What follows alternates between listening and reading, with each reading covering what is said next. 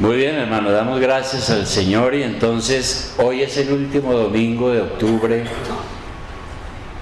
aquí, en que hemos hecho este énfasis sobre el tema tan importante de la Reforma Protestante. Y hoy es 29, quiere decir que pasado mañana son 500 años.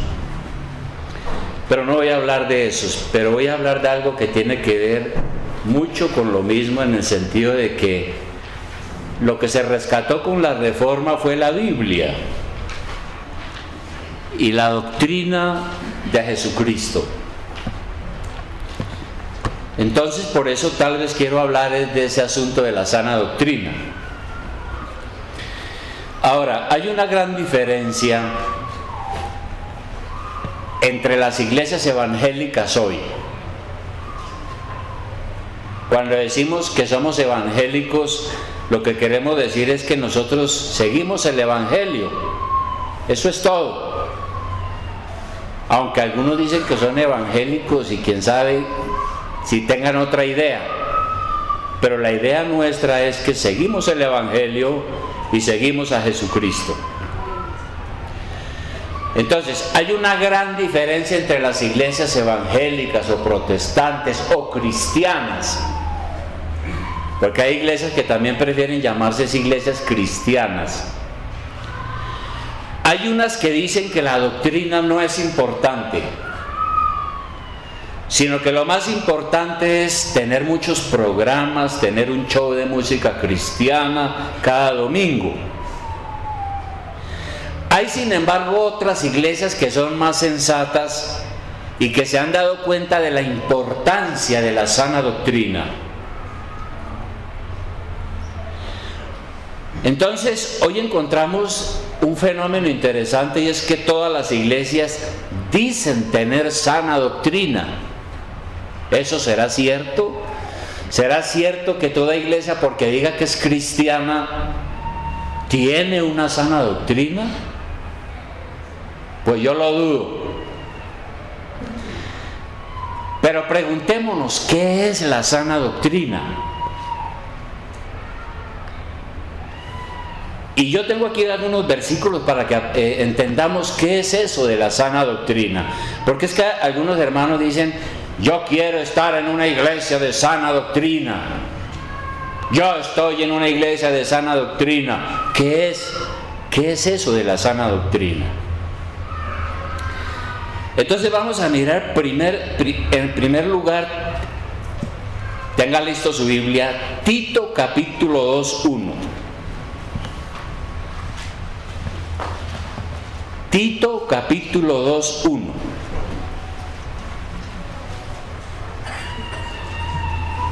Porque allí encontramos como el primer mandamiento a las iglesias sobre este particular.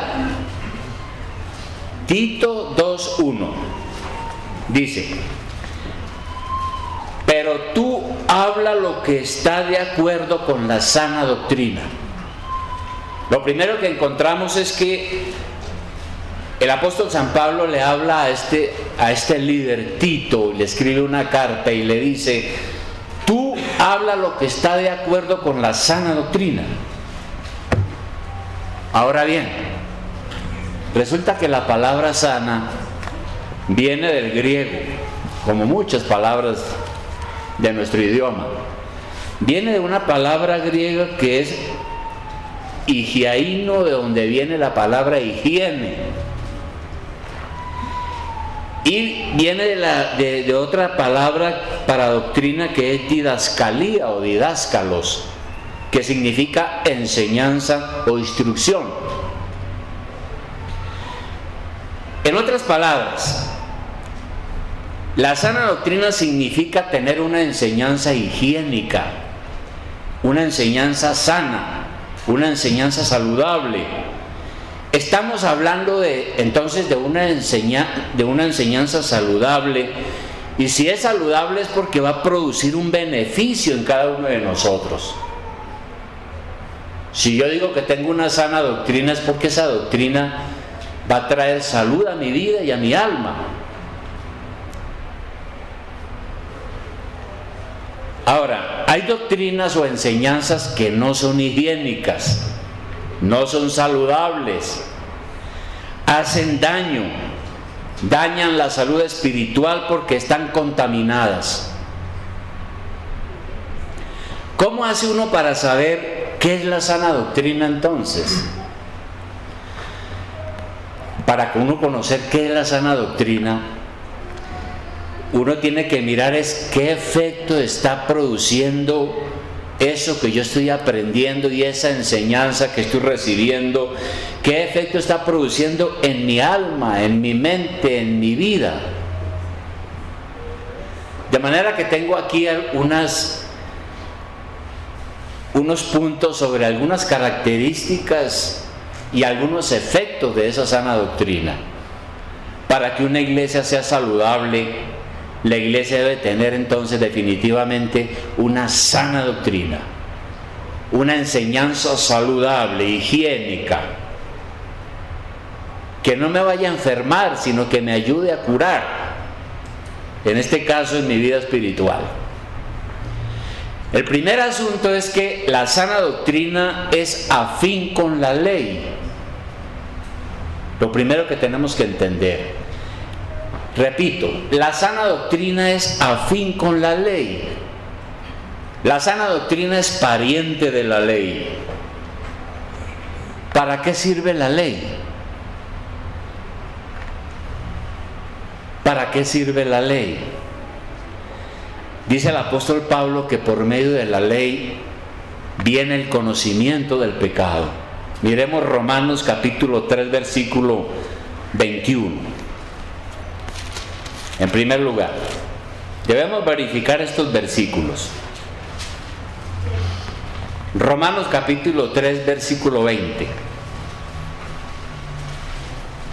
Aquí el apóstol San Pablo está discutiendo el asunto de las obras de la ley. Y él dice lo siguiente a los judíos, sobre todo a los que defendían la ley como legalismo. Dice: ya que por las obras de la ley ningún ser humano será justificado delante de él, o sea, delante de Dios, porque por medio de la ley es el conocimiento del pecado. ¿Para qué sirve la ley? La pregunta. Aquí está diciendo que es para que yo conozca el pecado. Más adelante el apóstol Pablo añade, unas páginas adelante, en el mismo carta a los Romanos 7:7, Romanos 7:7, vuelve a hablar de este asunto el apóstol Pablo. Dice: ¿qué diremos pues? ¿La ley es pecado? En ninguna manera. Pero yo no conocí el pecado sino por la ley, porque tampoco conociera la codicia si la ley no dijera: no codiciarás. Entonces, cuando uno se enfrenta ante la ley, uno se da cuenta de cuántos pecados tiene y cuántas cosas ha hecho ofendiendo a Dios. Y por eso decimos que la ley sirve para el conocimiento del pecado. En realidad Dios introdujo la ley para que el hombre se diera cuenta de su pecado. El apóstol Pablo, escribiendo a Timoteo, explica en 1 de Timoteo 1:8. Vamos ahora a las cartas pastorales, adelante. 1 de Timoteo 1:8. Lo siguiente, hablando de lo mismo, el asunto de la ley.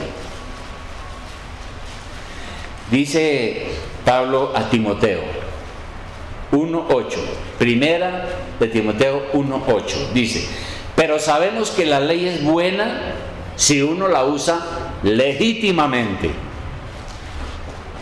Es decir, si uno le da una aplicación a la ley de Dios correcta, es buena, si uno no tuerce la ley. 9. Conociendo esto, que la ley no fue dada para el justo. Y vamos a explicar qué es lo que quiere decir ahí. La ley no fue dada para el cristiano, sino para los transgresores y desobedientes, para los impíos y pecadores, para los parricidas y matricidas, para los homicidas, para los fornicarios, para los sodomitas, para los secuestradores, para los mentirosos y perjuros y para cuanto se oponga a la sana doctrina. Entonces, aquí está diciendo que la ley restringe los crímenes y castiga a los violadores de la ley. Y en un sentido absoluto la ley es para todos, pero ¿en qué sentido no es para los cristianos? En el siguiente sentido: primero, nosotros debemos recordar que Cristo, con su sacrificio en la cruz, pagó la pena por nuestro pecado y por haber violado la ley de Dios. Y en segundo lugar, porque los cristianos o los justos, al evitar el pecado y vivir para la gloria de Dios, ya no están expuestos al juicio de la ley. Yo no mato, no robo, no codicio a la mujer de mi prójimo, trato de guardar la ley de Dios y entonces ya estoy liberado de esa carga que tenía antes.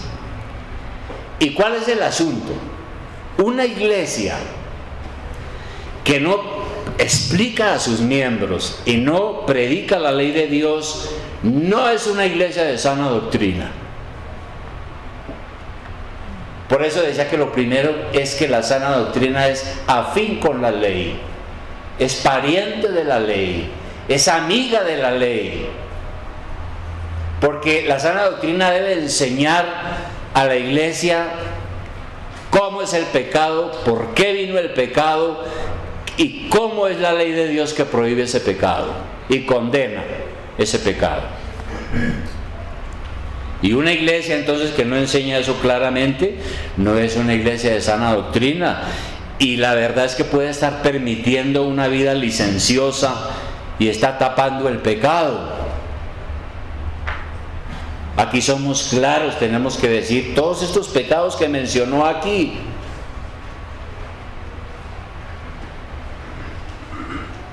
El apóstol. Segunda cosa, la sana doctrina es liberadora. Romanos 6:17. La sana doctrina es liberadora. Estamos tratando de entender qué es la sana doctrina. Romanos 6:17. El apóstol Pablo le escribe a la iglesia en Roma esta carta. Y mire lo que le dice acá el apóstol Pablo. Dice: pero gracias a Dios, que aunque erais esclavos del pecado, le dice a los hermanos, habéis obedecido de corazón a aquella forma de doctrina a la cual fuisteis entregados, y libertados del pecado vinisteis a ser siervos de la justicia. Entonces el apóstol Pablo reconoce que gracias a esa forma de doctrina que los hermanos habían aprendido, es decir, a ese patrón o modelo original de doctrina, ellos fueron liberados de la esclavitud del pecado. La doctrina nos moldea para que nosotros practiquemos la justicia de Dios. La sana doctrina hace que nosotros nos parezcamos más a Dios, que es el molde original. Y por eso los cristianos romanos, a quienes se les escribe esta carta, habían obedecido de corazón al Evangelio, y eso incluía todas las doctrinas que Pablo enseñó aquí en la carta a los romanos. Toda la enseñanza, la sana enseñanza que el apóstol dio.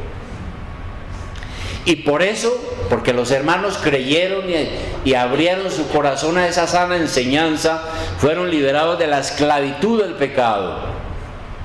Y ahora poseían una nueva naturaleza que les permitía obedecer a Dios, obedecer al Señor Jesucristo.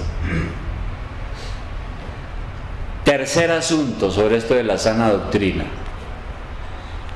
No solamente la sana doctrina es afín con la ley de Dios, no solamente la sana doctrina es liberadora porque me enseña para que yo sea libre del poder del pecado, sino que también la sana doctrina es fiel a la revelación de Dios. Miremos Tito capítulo 1:9. Miremos Tito capítulo 1:9. Nuevamente, Tito 1:9.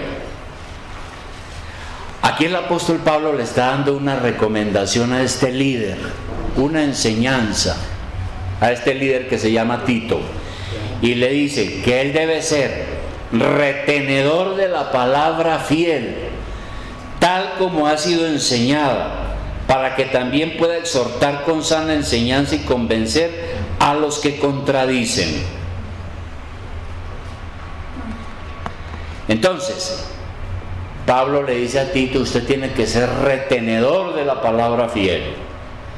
Alguien que se aferra firmemente a la sana doctrina sin dudar. Se aferra a la sana enseñanza que ha recibido.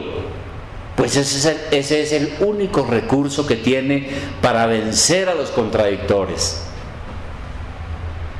Pero si alguien es vacilante y no está seguro de que lo que ha aprendido es verdadero, pues no podrá ayudar a otros. Si yo soy una persona en la iglesia lleno de dudas y no estoy seguro de la doctrina que tengo y de la enseñanza que he recibido, ¿cómo puedo ayudar a otros? ¿Cómo puedo vencer a mis contradictores? A mí me aterra cómo algunas personas cambian fácilmente de iglesia.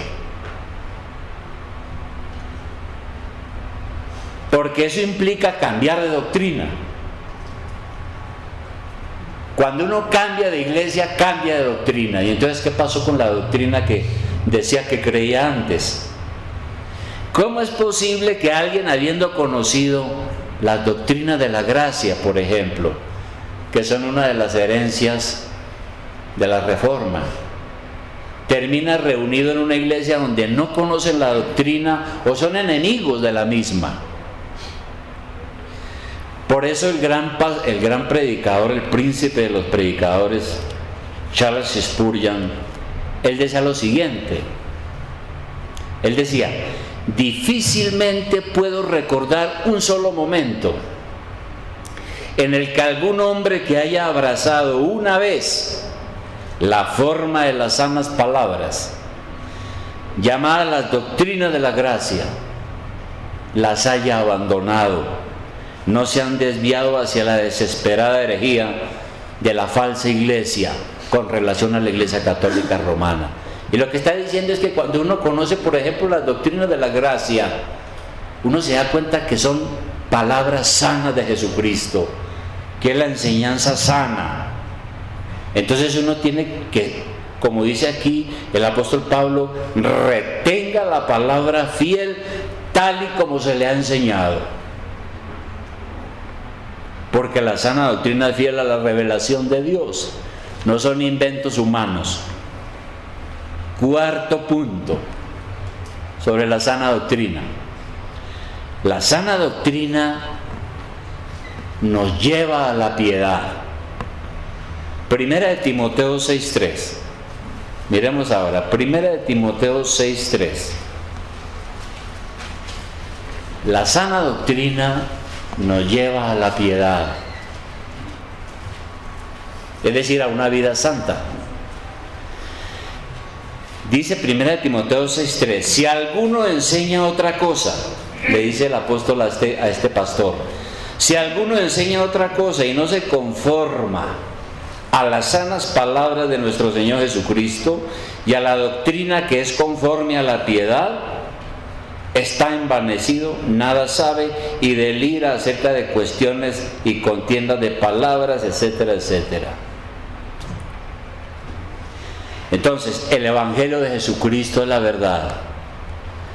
Si alguien defiende una doctrina diferente y no está de acuerdo con la verdad sencilla y santa, pues es alguien que está lleno de vanidad, es un engreído, alguien que se cree sabio, pero no es más que un tonto. Eso es lo que dice Pablo aquí más adelante. La enseñanza conforme a la piedad significa la enseñanza que nos lleva a amar, reverenciar y respetar a Dios. Produce en nosotros un carácter santo. Entonces, si la enseñanza que yo estoy recibiendo en la iglesia, la doctrina que yo estoy recibiendo, no está produciendo en mí una vida mejor y no me está llevando a la santidad, no me está llevando a amar a Dios, respetar y obedecer a Dios, pues entonces hay que dudar de esa enseñanza, porque tal vez no es tan sana. Quinto, esa sana doctrina corre peligro. La sana doctrina corre peligro. Ahí en 2 de Timoteo, ahora unas hojas adelante, capítulo 4, versículo 3, dice algo el apóstol. Primeramente él le dice a Timoteo, al joven pastor, le dice algo en el versículo 2. Vamos a leerlo, dice. En el versículo 1 le dice: te encarezco delante de Dios. Y en el 2 le dice: que prediques la palabra, que instes a tiempo y fuera de tiempo, redarguye, reprende, exhorta con toda paciencia y doctrina. 3. Porque vendrá tiempo cuando no sufrirán la sana doctrina, sino que teniendo comezón de oír, se amontonarán maestros conforme a sus propias concupiscencias, y apartarán de la verdad el oído y se volverán a las fábulas. Y esta es una profecía verdadera, escrita hace 2000 años. Pablo dice: vendrá el tiempo, y ya estamos en ese tiempo. ¿Qué pasará? Cuando la gente no aguantará la sana enseñanza, no tolerará la doctrina verdadera, no le va a gustar la sana enseñanza, sino que dice aquí Pablo que la gente va a tener comezón de oír. Y eso significa es que la gente le va a gustar escuchar algo agradable.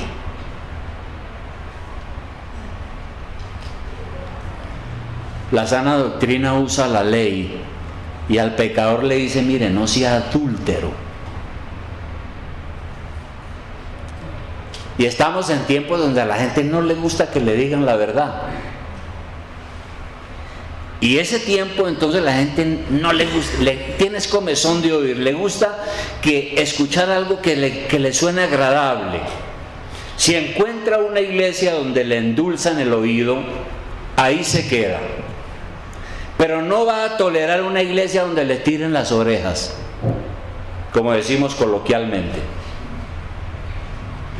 Mejor una iglesia donde prediquen algo que se acomode a sus deseos y a sus pecados. Desde hace varios años, qué pena, pero yo tengo que decirlo, desde hace varios años los carismáticos sembraron un engaño entre la gente, y es que introdujeron en las iglesias unas prácticas, entre ellas, por ejemplo, una cosa que ellos llaman la adoración y la alabanza. Y entonces las iglesias carismáticas montan unos shows musicales. Son iglesias solo música, y con eso buscan atraer a los jóvenes. Y hay unos especialistas allá que son los que hacen las danzas y la coreografía, y son los especialistas en el canto. Y hay muchos testimonios de padres que se dejaron mangonear por sus hijos y terminaron en esas iglesias.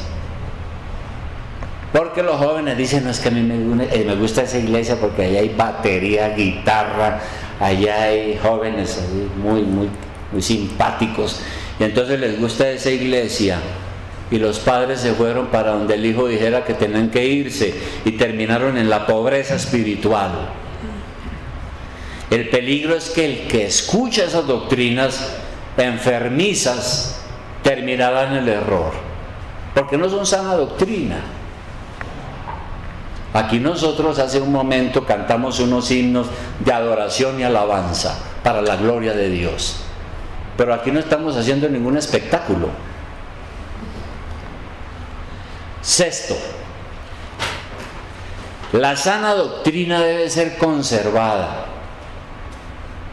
La sana doctrina corre peligro y entonces la sana doctrina debe ser conservada. Segunda de Timoteo 1:13.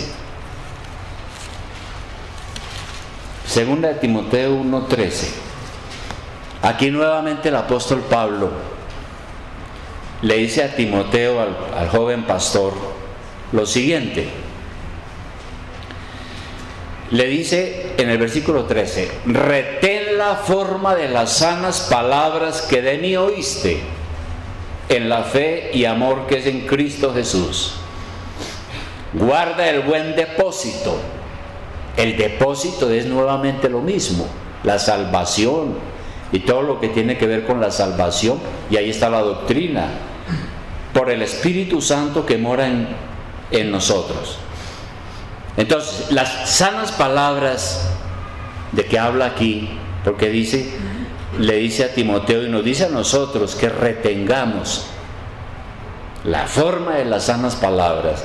Las sanas palabras no son otra cosa que la doctrina del Evangelio, tal y como nos ha sido enseñada por el Señor Jesucristo y sus apóstoles. Es la palabra de Dios en su pureza original. Y lo que está diciendo aquí el apóstol es: mantenga ese modelo original que usted ha aprendido, mantenga ese patrón de la sana doctrina, tenga presente en todo momento lo que se le ha enseñado.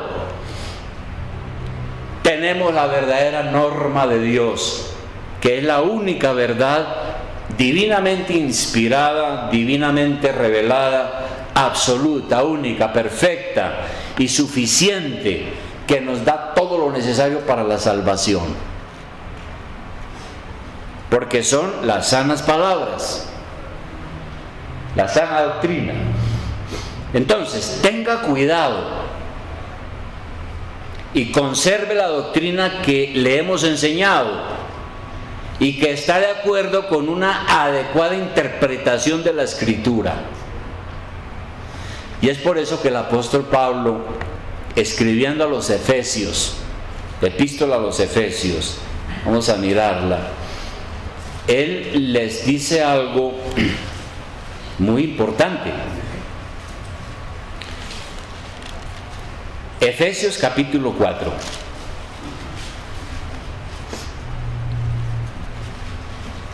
Y primero en el versículo 13 él le dice algo muy importante. Efesios capítulo 4 versículo 13. Él dice que el papel de la iglesia es perfeccionarnos, llevarnos a la madurez cristiana. Dice 13, dice: hasta que todos lleguemos a la unidad de la fe y el conocimiento del Hijo de Dios, a un varón perfecto a la medida de la estatura de la plenitud de Cristo.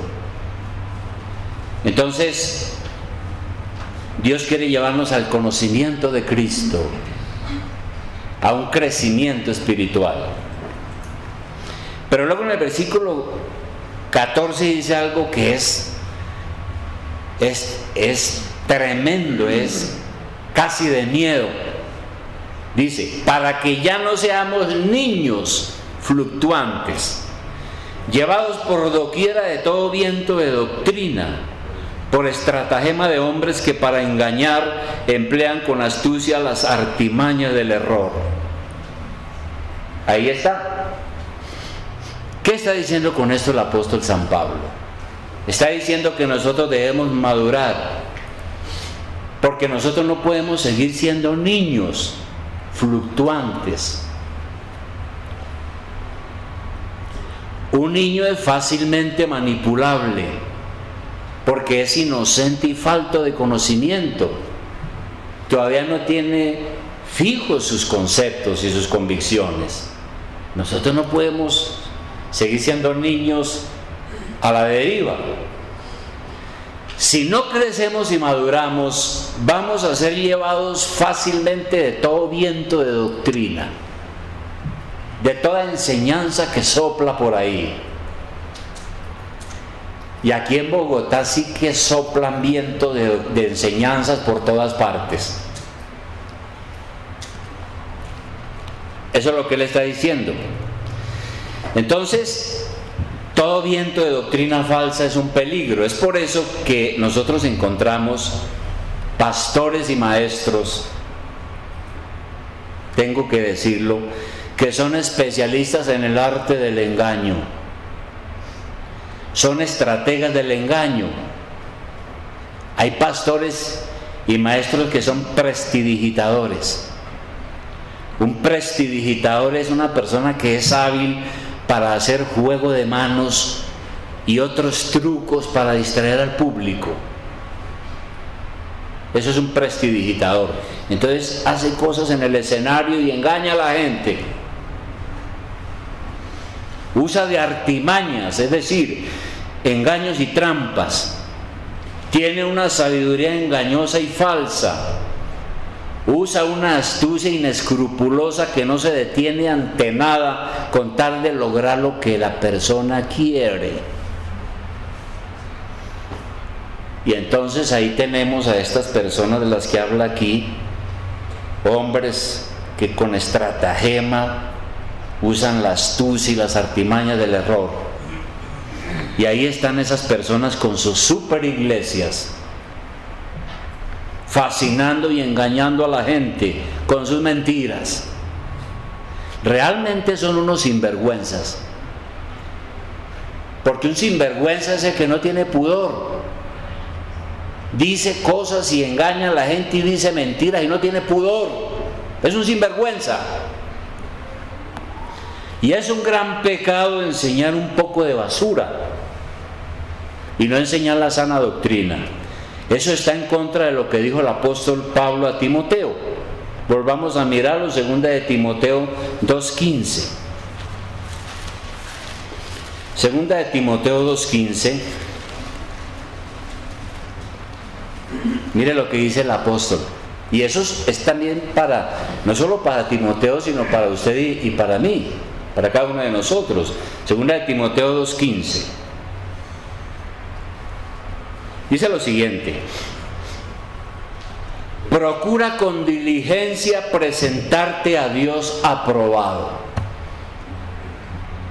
como obrero que no tiene de qué avergonzarse, que usa bien la palabra de verdad.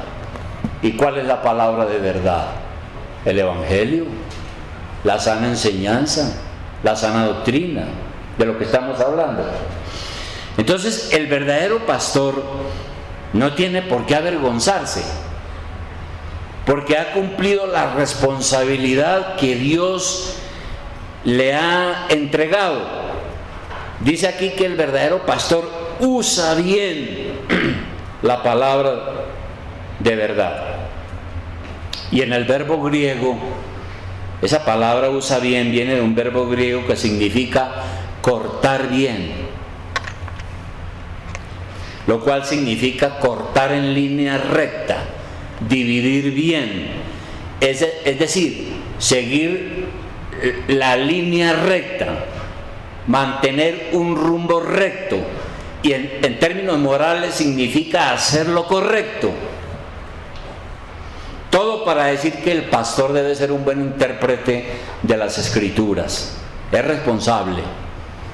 Tiene que interpretar bien la Biblia, porque si no lleva a la iglesia al engaño y va a terminar enseñando mentiras. Conclusión, hermanos, a este asunto. ¿Qué es la sana doctrina entonces? Ya lo aprendimos. Es la enseñanza que trae salud a mi corazón, paz mental, santidad, seguridad con Dios. No es una enseñanza enfermiza. 2.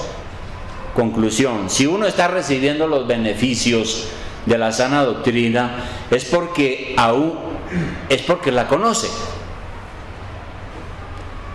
Si no está recibiendo los beneficios de la sana doctrina, entonces es porque aún no conoce esa sana doctrina, o no la ha entendido, o está en la iglesia equivocada.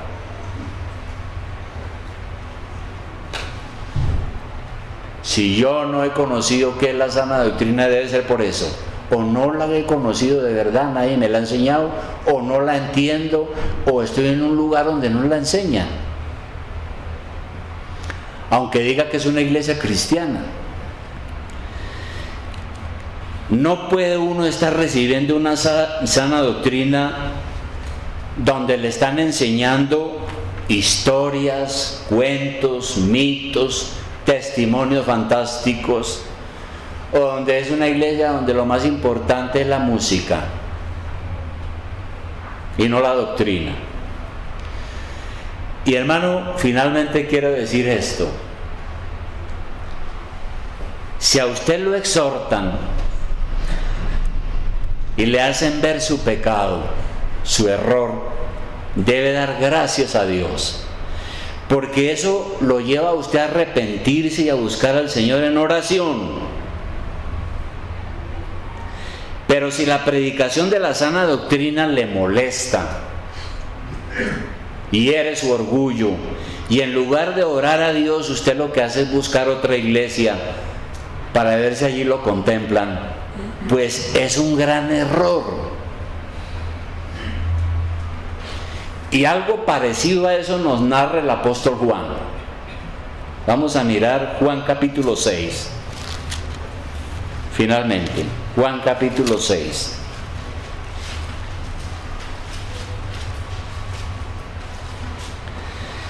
Es una historia muy interesante sobre esto que acabamos de decir. ¿Cuál es el contexto del capítulo 6 de Juan? Muchos lo hemos leído. El asunto es el siguiente, hermanos. Jesús había hecho un milagro dando de comer a 5,000. Así comienza el capítulo 6. Jesús hace un milagro, alimenta a 5,000 personas. Y entonces, después de ese milagro, multitudes empiezan a seguir detrás del Señor día y noche. Y como dijo alguien de pronto en chiste, dijo que muchos pudieron haber pensado: no, pues ahora sí solucioné mi problema cuando no tengo para el mercado. Porque aquí hay un hombre que es el Mesías, el Maestro, que me está proponiendo que lo siga y me da todo lo que yo necesito. Multiplicó panes y peces y dio de comer a 5,000. Entonces multitudes empezaron a seguirlo. Y luego ahí en Juan 6, en el versículo 26, mire lo que el Señor les dice a ellos, a esa multitud que lo está siguiendo. El Señor le dice en Juan 6, 26, respondió Jesús y les dijo: de cierto os digo que me buscáis, no porque habéis visto las señales, sino porque comisteis el pan y os saciasteis. Estaban siguiendo a Jesús por interés. Es lo que el Señor les está diciendo. Ustedes me están siguiendo no porque quieren aprender lo que yo les estoy enseñando, sino porque están interesados en que yo les dé de comer. Y luego Jesús les habla de tener fe en Él más adelante, y que ellos tienen que apropiarse de su sacrificio en la cruz. ¿Y qué respondieron entonces los discípulos en el versículo 60? Después de que Jesús les explica a qué ha venido a dar su vida en la cruz y tienen que arrepentirse. En el versículo 60, ¿qué les respondieron la gente? Al oírlas, o sea, las palabras de Jesús, muchos de sus discípulos dijeron: dura es esta palabra, ¿quién la puede oír? Es que cuando uno le dice a la gente: mire, eso de decirle a la gente: mire, vaya a la iglesia, que la iglesia es solo más de lindo. En primer lugar, usted sale de la pobreza.